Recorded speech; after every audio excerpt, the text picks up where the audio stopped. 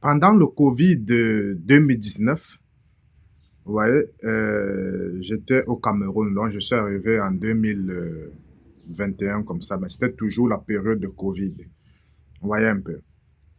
Et les producteurs de tomates, avec d'énormes difficultés, ils avaient d'énormes difficultés au niveau de la vente parce que les frontières étaient bloquées. Alors, ils avaient beaucoup de tomates à main qui pourrissaient et qu'ils étaient en train de brader ça sur le marché. Voilà, donc ils vendent l'occasion de tomates qui coûtait euh, 5 000, 8 000. On bradait ça à 1000 francs, 1500. Voilà. Et les gens se posaient la question, mais comment est-ce que on ne peut pas transformer la tomate là, vous voyez un peu, en conserve de tomates, comme ça se passe sur les marchés là, comme on voit sur les marchés, les produits importés. Voilà. Donc, on pensait, les gens disent, mais il faut plutôt penser à transformer ça pour ne plus brader ça comme ça. Je rappelle que toujours au Cameroun, peut-être au temps du premier président Ahidjo, il y avait une industrie de tomates qui avait fermé. Voilà. Donc, le problème ne se situe pas à l'industrie, mais le problème est beaucoup plus complexe que ça. Voilà. Donc, le problème de l'affaire du double concentré de tomates là est beaucoup plus profond. Parce que si tu prends la tomate et que tu écrases comme ça, tu mets dans la bouteille, on appelle ça de l'artisanat. Ça n'a pas de goût comme la tomate en boîte ou la tomate en sachet. Vous voyez un peu. Parce que il y a ce qu'on appelle dans la tomate l'acidité. Vous voyez un peu. Et l'acidité doit être réglée. Parce que si tu ne règles pas l'acidité, ça ne va pas bien se combiner à nos plats. Vous voyez un peu. Parce que ça sera peut-être trop acide. Vous voyez. Et ça va gâcher le goût. Ça ne sera pas succulent. Donc il y a les caractéristiques organoleptiques à respecter. Voilà. Donc il ne s'agit pas juste d'écraser la tomate comme ça, enlever de l'eau et mettre dans les boîtes ou dans les sachets et vendre. Non, c'est bien plus complexe. Donc, il faut régler le problème de l'acidité. Voilà. Pour que ça puisse bien se combiner à nos plats. Voilà. Donc, c'est ça le problème. Et tous ceux, comme le Cameroun produisait la tomate concentrée avant et a fermé, tous ceux qui se sont jetés dans cette industrie-là en Afrique ont fermé boutique. Vous voyez? Le cas de Dangote aussi qui a fermé. C'était dans une précédente vidéo. Comment Dangote a fait pour fermer la boutique. Donc là-bas, j'avais parlé plutôt du problème de semences. Mais ici, je vais entrer dans euh, dans la transformation proprement dite, en fait. Voilà. Donc, en parlant du double concentré de tomates. Qu'est-ce que c'est? En fait, ce que vous devez comprendre, quand on dit double concentré de tomates, en fait, c'est de la tomate juste en trace, ce qu'on appelle la pureté, donc la tomate pure, voilà, qu'on a écrasée. Et le reste, donc, sur une échelle de 100%, la tomate pure apparaît juste à 30%. Et le reste de 70%, ce n'est pas de la tomate. Le reste de 70%, c'est des additifs alimentaires. C'est des fibres de soja, de l'amidon de maïs, du glucose, du colorant et bien d'autres. Voilà. Donc, je l'ai découvert comme ça en Italie. Vous savez, je suis consultant dans le domaine de la sécurité et de la santé au travail. Vous voyez un peu. Donc, je me balade dans les entreprises, j'essaie de faire, d'évaluer le risque biologique et je vois, en fait, ce que les industriels utilisent comme ingrédients afin de dire non, ceci est mauvais, tu utilises trop de produits chimiques, selon la loi, c'est comme ça, il faut diminuer. Voilà. Donc, je connais un peu ces secrets-là en parenthèse. En gros, c'est ce que je voulais dire entre parenthèses. Voilà. Donc, du coup, ce problème, le fait qu'on utilise la tomate que à 30% et le reste, c'est ses additifs alimentaires. Donc, c'est la tomate élaborée. Donc, quand vous voyez la tomate en sachet ou la tomate en boîte, c'est une tomate élaborée pour apacher le consommateur. Donc, par exemple, à Lomé, au Bénin, au Cameroun, au Nigeria, en Côte d'Ivoire, par exemple, les mets sont différents. Vous voyez un peu. Et l'industriel a des informations sur toutes les mentalités de consommation des Africains.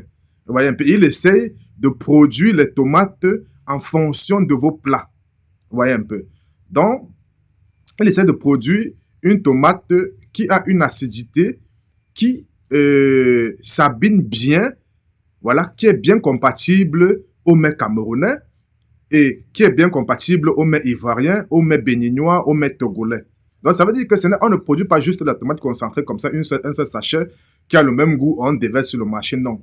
On produit différentes saveurs de tomates concentrées. Donc, ce n'est pas juste une seule saveur, c'est différentes saveurs en fonction des habitudes alimentaires. Sinon, on va produire une tomate qui a une acidité élevée et qui ne correspond pas, qui ne cadre pas avec les habitudes alimentaires des populations chez lesquelles tu veux vendre. Voilà, donc, il y a ces informations qu'il faut d'abord comprendre. Donc, c'est assez complexe. Voilà. Donc, il y a ça. Et il y a aussi la concurrence extérieure. Je rappelle que l'Italie était première dans la double concentrée de tomates moins chère, qui était détrônée par la Chine. Je l'ai déjà dit dans une précédente vidéo, qui était détrônée par la Chine.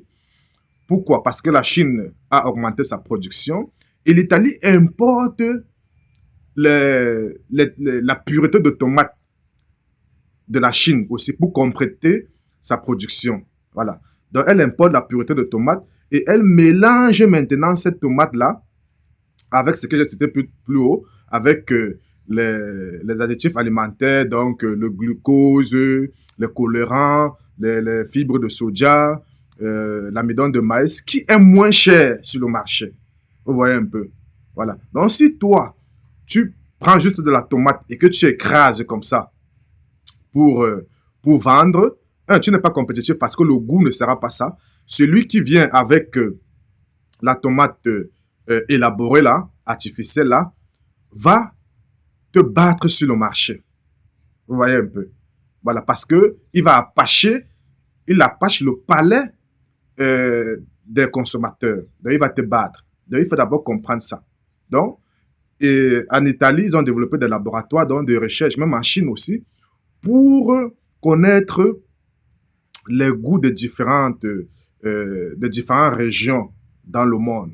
Voilà. Donc, c'est pour cela qu'ils sont, excusez-moi, ils sont leaders. Donc, il faut comprendre cette petite technique-là. Il n'y a rien ne sert de dire au gouvernement qu'il faut augmenter les taxes, il faut augmenter les douanes. La douane, par exemple, pour que le coût de la tomate importée soit élevé et que ça nous laisse le temps de bien produire. C'est faux. Parce que si tu fais ça, c'est ce qui s'est passé au Nigeria. Si tu fais ça, c'est ce qui va se passer.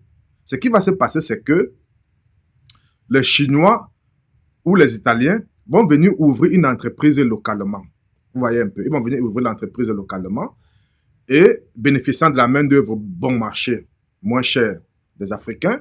Ça, c'est d'un. Et de deux, ce qu'ils vont faire, c'est que, au lieu d'envoyer les tomates, les cartons de tomates concentrées déjà prêts, qui vont coûter cher au niveau du transport, voilà, ce qu'ils vont faire, c'est qu'ils vont juste envoyer de la pureté de tomates comme ça, qui vont venir reconditionner sur le terrain. Et ça va revenir moins cher. Donc, ça abat les coûts de transport et les coûts de... Mais si tu en la donne n'importe comment, en envoyant là, juste la pureté de tomates comme ça et en reconditionnant localement, ça revient plus moins cher. Pourquoi? Parce que quand tu fais de la... Si par exemple, tu vas envoyer 100 cartons de tomates, vous voyez un peu, sur le transport, ça a un coût et la douane aura un coût. Donc, pour refaire les 100 cartons de tomates là localement, qu'est-ce qu'il fait? Il envoie peut-être juste un bidon de pureté. Juste un bidon de pureté de tomates. Vous voyez un peu? Et maintenant, ça veut dire que ça devient moins cher sur le transport, même la douane aussi, ça devient moins cher.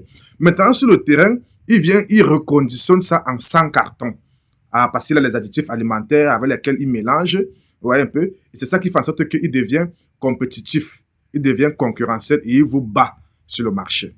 Vous voyez un peu? Donc, il faut comprendre tous ces mécanismes-là avant de se jeter. Donc, c'est pour cela que les industries de tomates qu'on avait lancées au Cameroun ont fermé boutique parce qu'ils n'avaient pas toutes ces informations sur l'acidité, sur les habitudes alimentaires et sur les concurrents. Parce que le plus important, c'est le concurrent, les amis. Le concurrent t'élimine sur le marché avec la qualité de ses produits. Donc, c'est ça qu'il faut comprendre d'abord. J'espère que vous avez compris ça. Portez-vous bien.